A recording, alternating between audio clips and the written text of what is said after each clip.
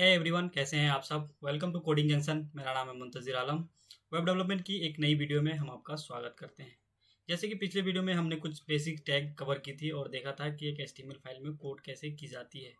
और आज हम देखने वाले हैं कि एक एचटीएमएल फाइल की जो बेसिक कोड स्ट्रक्चर होती है वो कैसे होती है, क्योंकि हमने पिछले वीडियो में एचटीएमएल टैग और तुम्हारी बॉडी टैग, हेड टैग को अलग अलग कोड करके देखा था। और इस वीडियो में हम देखेंगे कि एचटीएमएल टाइप करने के बाद पूरी एचटीएमएल कोड की स्ट्रक्चर यानी उसकी बॉयलर प्लेट कैसे आ जाती है, ये हम देखने वाले हैं इस वीडियो के अंदर।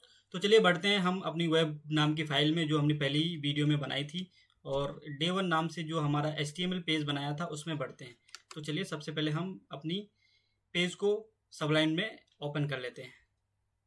ये हमारा एचटीएमएल पेज जो हमने डे वन नाम से बनाई थी, इसको मैंने ओपन कर लिया। और हमने पिछले वीडियो में जो देखा था कि HTML tag start, HTML tag बंद और body tag start, body tag बंद, इन सारी चीज़ों को अलग अलग करके देखा था। लेकिन आज हम देखेंगे कि सिर्फ एक एचटीएमएल दबाने से पूरी बॉयलर प्लेट कैसे आ जाती है। तो चलिए देखते हैं।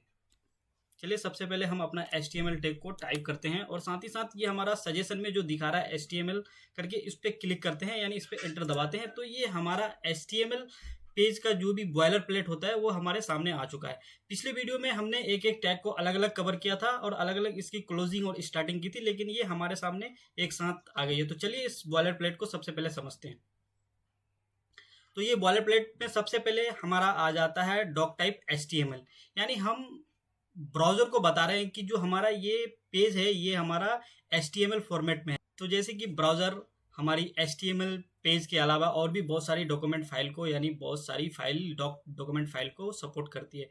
तो चलिए हम अपने गूगल में सर्च करके देखते हैं कि हमारी क्रोम जो है कितने प्रकार की डॉक्यूमेंट को सपोर्ट करती है। तो चलिए हम देखते हैं कि ये हमारा वेब ब्राउज़र है जो गूगल क्रोम है, ये हमारे कितने प्रकार की डॉक्यूमेंट को सपोर्ट करता है। हम गूगल में ही सर्च करके देख लेते हैं। तो टाइप ऑफ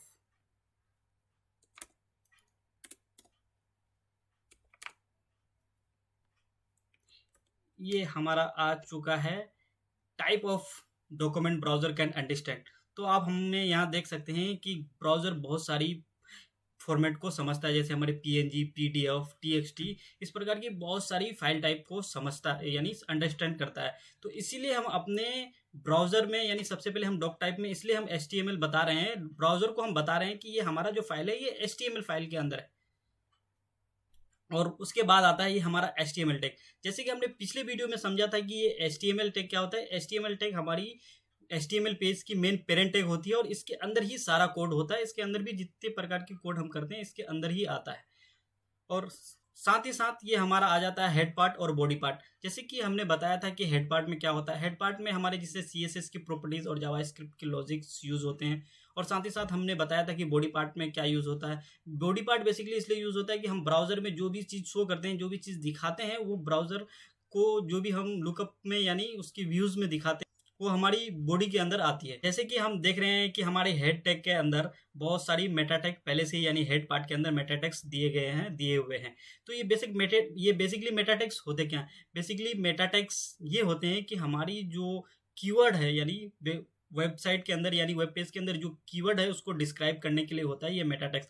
तो ये मेटा टैग्स ऑलरेडी 2 से 3 मेटा टैग्स इसमें डले हुए हैं। हम आगे देखेंगे कि ये मेटा टैग्स क्या है, ये मेटा टैग्स की यूजेस क्या है और ये क्यों दिए हुए हैं, ये हम आगे आने वाले वीडियो में कवर करेंगे। और साथ ही साथ हम ये देख रहे हैं कि टाइटल टैग, हमने पिछले वीडियो में टाइटल टैग को कवर किया था। टाइटल टैग में हम ये डालते हैं कि बेसिकली वेब पेज के ऊपर में जो टाइटल होती है वो डालने का काम करती है।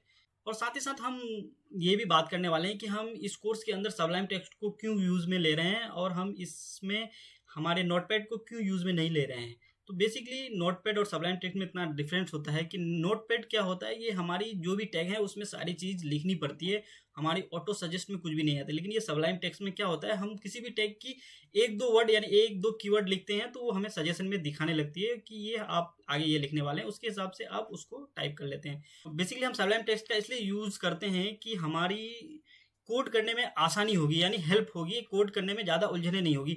बेसिकली सबलाइन में क्या होता है कि हमारा ये एक प्रकार के, यहाँ आप देख रहे हैं हमारी कर्सर यानी माउस की कर्सर को, इसमें हम अपनी कोड को फोल्ड कर सकते हैं। इसको बोला जाता है कोड फोल्ड। यानी जब कोड बड़ी होती है तो कोड को आसान तरीके से ईजिली रूप से यानी समझने के लिए, अंडरस्टैंड करने के लिए और अपने काम को आसान बनाने के लिए हम इस कोड फोल्ड का यूज़ करते हैं। और सबलाइम टेक्स्ट जैसी जितनी भी हमारी एडवांस लेवल की हमारी कोड एडिटर है उसमें ये फोल्ड का ऑप्शन मिलता है, बाकी हमारी HTML टैग के अंदर नहीं मिलता है। तो इसमें हम किसी भी कोड को फोल्ड कर सकते हैं, अनफोल्ड कर सकते हैं अपनी ज़रूरत के हिसाब से। पिछले वीडियो में हमने छोटा सा कोड करके देखा था, तो हम उस कोड के बारे में जानते हैं कि हम कोड करते हैं। तो बेसिकली हमने पिछले वीडियो में बॉडी टैग में हमने कुछ लिखा था, हेलो इंडिया। ये हो गया हेलो इंडिया, और ये हो गया आई लव इंडिया, और ये हमारी बॉडी इस प्रकार के, और ये हो गई हमारी बॉडी। इस प्रकार से हमने कोड की थी। तो चलिए इसको सेव करते हैं और एक बार फिर से हम अपने ब्राउज़र में इसकी रिजल्ट को देखते हैं। तो ये आ गई। बेसिकली मैं इसके थ्रू आपको ये समझाने वाला हूँ बेसिकली कि हम जो वेबसाइट देखते हैं, बड़ी बड़ी वेबसाइट देखते हैं, या हमारी जितनी भी इंटरनेट के अंदर वेबसाइट पड़ी है, वो बहुत ही खूबसूरत और अच्छी दिखती है। लेकिन हम जो कोड कर रहे हैं, हम जो वेबसाइट बना रहे हैं, इतनी खराब और गंदी क्यों दिख रही है, यही मैं आपको बताने वाला हूं। तो चलिए हम पहले किसी एक वेबसाइट को ओपन कर लेते हैं और देखते हैं। ये हमने ओपन कर ली अपने ब्राउज़र पे फ्लिपकार्ट को। ये हमारी फ्लिपकार्ट ओपन हो गई। तो ये फ्लिपकार्ट की वेबसाइट जो पूरी की पूरी बनी है, ये HTML टैग और CSS की प्रॉपर्टीज़ को यूज़ करके बनी है, तब जाकर के इतनी सुंदर दिख रही है। और जो हम अभी कोड कर रहे हैं वो हमें इतनी गंदी इसलिए दिख रही है कि हम सिर्फ अभी उसमें HTML का यूज़ कर रहे हैं, अभी हमने CSS को कवर नहीं किया, यानी उसमें CSS की कोई भी प्रॉपर्टी यूज़ नहीं की है। तो चलिए हम सिर्फ इसकी CSS फाइल को हटा के देखते हैं कि ये सिर्फ HTML टैग में जो पार्ट बनाई गई है वो कैसी दिखती है, वो हम देखने का कोशिश करते हैं और समझने का प्रयास करते हैं। तो चलिए देखिए, हमने ये फ्लिपकार्ट वेबसाइट के अंदर से इसकी CSS की प्रॉपर्टीज़ को हटा दी है, और अब हम इसकी सिर्फ HTML फाइल को देखते हैं। तो देखिए ये हमारी किस प्रकार से दिख रही है, अलग अलग बिखरा हुआ तरीके से, यानी जैसे हमारी वेबसाइट एक ख़राब तरीके से यानी दिख रही थी, उसी प्रकार से अब ये अब फ्लिपकार्ट की वेबसाइट दिख रही है, क्योंकि इसके अंदर से हमने क्या किया है, इसकी CSS की पूरी प्रॉपर्टी हटा दी है, यानी बहुत सारी प्रॉपर्टी हटा दी है। तो बेसिकली मैं ये कहने वाला हूँ कि HTML पार्ट में जो भी बनता है वो सिर्फ नॉर्मल स्ट्रक्चर बनता है, और जिस प्रकार से हमने अपने वेब पेज में बनाया था। हम इस कोर्स के माध्यम से धीरे धीरे HTML टैग को कवर करेंगे, और साथ ही साथ हम 2-4 वीडियो आगे बढ़ने के बाद साथ ही साथ हम इस में CSS की प्रॉपर्टीज़ ऐड करते जाएंगे और बनाएंगे एक अच्छी वेबसाइट, जैसे कि हमारी ये फ्लिपकार्ट की वेबसाइट दिख रही है। इस प्रकार से और भी इंटरनेट में जितनी वेबसाइट अवेलेबल हैं, इसकी खूबसूरती को यानी CSS के थ्रू दी जाती है, और हम अपने भी वेब पेज के अंदर CSS की प्रॉपर्टीज़ को ऐड करेंगे और अपनी वेबसाइट को एक अच्छी तरीके से बनाएंगे। इसलिए आप टेंशन ना लें कि अभी हम जो कोड कर रहे हैं वो इतनी अच्छी यानी दिख क्यों नहीं रही है, इतनी गंदी क्यों दिख रही है। तो बेसिकली मैं अभी आपको बेसिक टेक सिर्फ कवर कर रहा हूँ, जिससे ही गंदी तरीके से ये शो होगी। जब इसमें CSS की प्रॉपर्टीज़ लगेगी तब जाकर के ये हमारा वेबसाइट एक गुड लुकिंग बनेगा और एक सुंदर बनेगा। चलिए बढ़ते हैं हम अपने कोड के तरफ। तो हमने ये देखा कि एक CSS प्रॉपर्टी के बगैर एक कोड कैसी होती है, यानी एक HTML की कोड सिर्फ कैसी होती है, वो एक स्ट्रक्चर ढंग से होती नहीं है, और ये एक ऐसी बिखरी दिखती है एक HTML की कोड।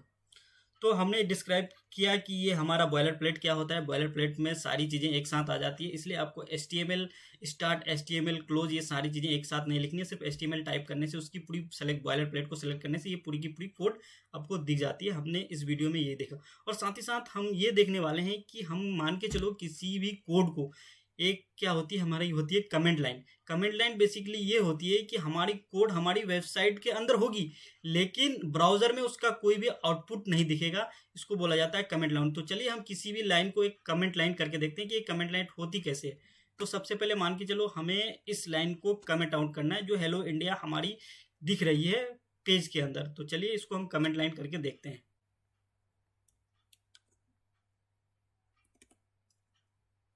और एंड में जाके इसकी ब्रैकेट को क्लोज करना है। तो ये हमारी कमेंट लाइन हो गई है, और इसको हम Ctrl+S दबा के देखते हैं और जाके अपने ब्राउज़र में देखते हैं।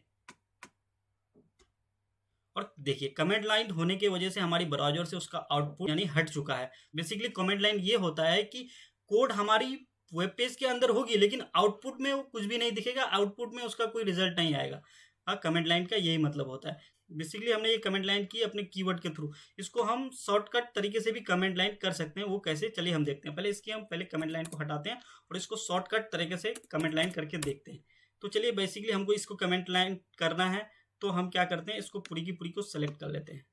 तो चलिए हमने इसकी पूरी की पूरी लाइन को सेलेक्ट कर लिया और इसके साथ हम कंट्रोल फॉरवर्ड स्लैश दबाने से ये हमारी पूरी की पूरी लाइन कमेंट लाइन हो जाएगी, यानी कमेंट के रूप में बदल जाएगी और ये आउटपुट में कुछ भी नहीं देगा। तो बेसिकली हमने इस वीडियो के थ्रू इतना समझा कि हमारी बॉयलर प्लेट क्या होती है और जो हमारे मेटा टैग्स होते हैं वो क्या होते हैं, कि यानी साथ ही साथ हमने देखा कि CSS फाइल के बगैर हमारी एक कोड कैसे होती है, और साथ ही साथ हमने देखा कि एक किसी भी कोड लाइन को कमेंट लाइन कैसे किया जाता है। तो आई होप यू गाइस ये वीडियो आपको पसंद आई होगी तो चैनल को सब्सक्राइब करें, और अगर आप भी बनना चाहते हैं एक अच्छा फुल स्टैक वेब डेवलपर